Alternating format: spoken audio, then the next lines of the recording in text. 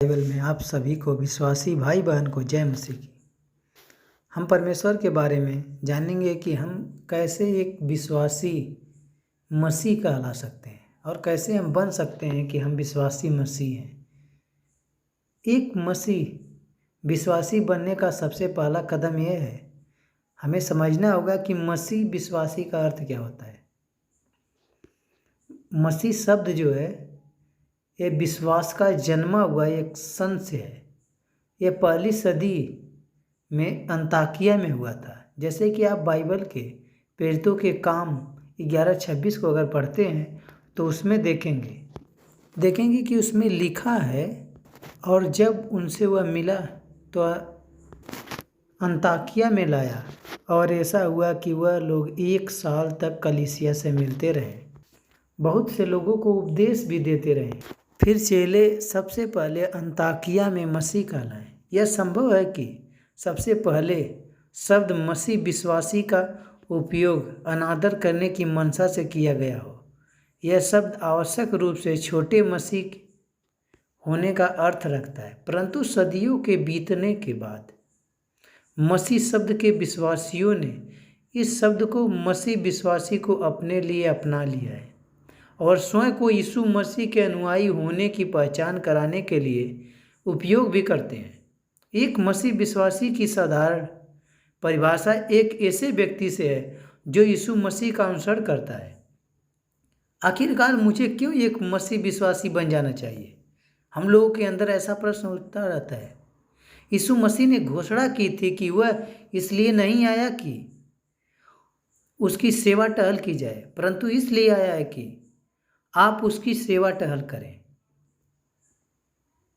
बहुतों की छुड़ौती के लिए अपना प्राण दे दिया है।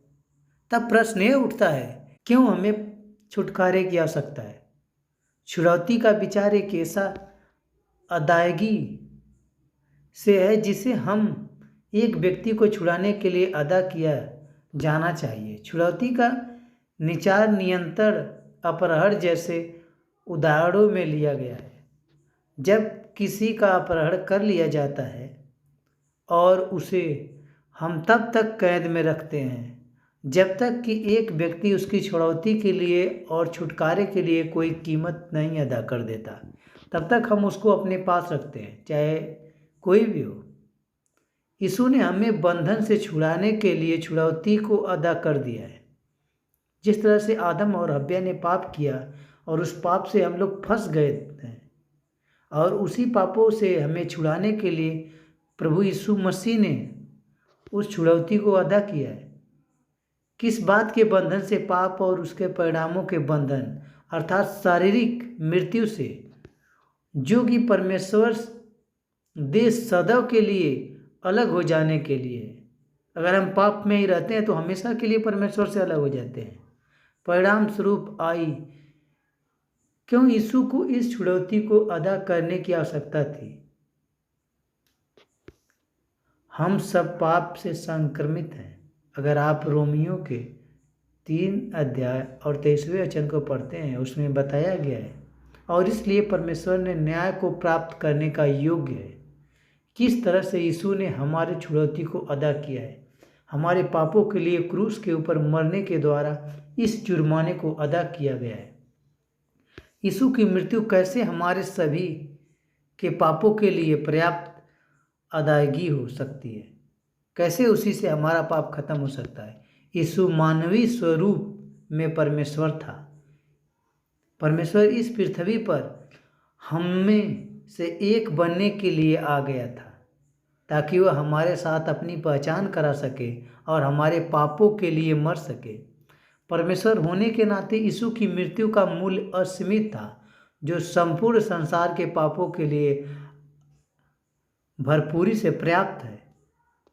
यीशु का मृत्यु के पश्चाताप फिर से जी उठना यह प्रदर्शित करता है कि उसकी मृत्यु पर्याप्त बलिदान थी। उसने वास्तव में पाप और मृत्यु के ऊपर विजय पाई है, और कोई नहीं हमें ऐसे पापों से छुड़ा सकता। अगर आप सोचें कि आपने कुछ ऐसा किया या आपने अच्छा कर्म किया, आप सोचते हैं कि आपका पाप अदा हो गया है, तो नहीं। कैसे हो सकता है हमारा पाप? हमें तो भरना है, हमें क्या ये भी नहीं पता हमें किसके यहाँ जाके अपने पापों को छुड़ाना है, मगर प्रभु जानता है, प्रभु से बात हो गई, प्रभु ने सारा कुछ कर दिया हमारे लिए इंतजाम। बस हमें कुछ नहीं करना है, प्रभु पे विश्वास करना है और हमें अपने पापों से छुटकारा मिल जाएगा। हालेलुया। यह सबसे उत्तम भाग है। हमारे पापों के लिए उसके प्रेम के कारण परमेश्वर ने एक मसीह विश्वासी बनना हमें बहुत ज़रूरी है और बहुत आसान भी है।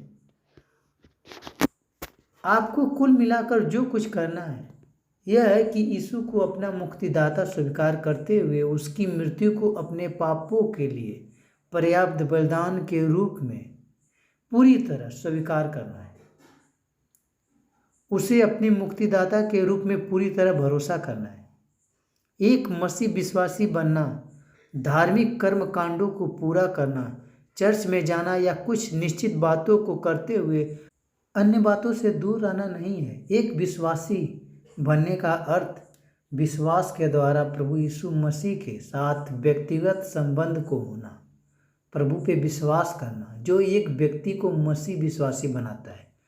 अगर आप सोचते हैं रोज़ चर्च जाते हैं या हफ्ते में चर्च जाते हैं, व्रत रखते हैं, उपवास रखते हैं, आप हमेशा प्रभु का नाम लेते हैं, यह आपको कभी मसीह नहीं बनाता। आपको एक मसीह बनने के लिए प्रभु से संबंध रखना है, उसकी बातों पे चलना है। क्या ये आप एक मसीह विश्वासी बनने के लिए तैयार हैं? यदि हाँ, तो यीशु मसीह को अपने मुक्तिदाता के रूप में स्वीकार करने के द्वारा एक मसीह विश्वासी बनने के लिए तैयार हैं, तो आपको कुल मिलाकर विश्वास ही करना है। क्या आप समझते हैं और विश्वास करते हैं कि आपने पाप किया है और आप परमेश्वर के न्याय को प्राप्त करने के योग्य हैं? क्या आप समझते हैं कि यीशु ने आपकी सज़ा को अपने ऊपर आपके स्थान पर मरते हुए ले लिया है? क्या आप समझते हैं कि यीशु ने आपकी सज़ा को अपने ऊपर ले लिया है आपके स्थान पर मरते हुए? क्या आप समझते हैं और विश्वास करते हैं कि उसकी मृत्यु आपके पापों की सज़ा के लिए दंड की भरपूरी से पर्याप्त है? उसका बलिदान आपके पापों से आज़ाद कर रहा है? यदि आपके इन उत्तर के तीनों प्रश्न में हाँ है, तो बस केवल अपने विश्वास को यीशु मसीह के उसके अपना मुक्तिदाता मानते हुए उस पर विश्वास रखें।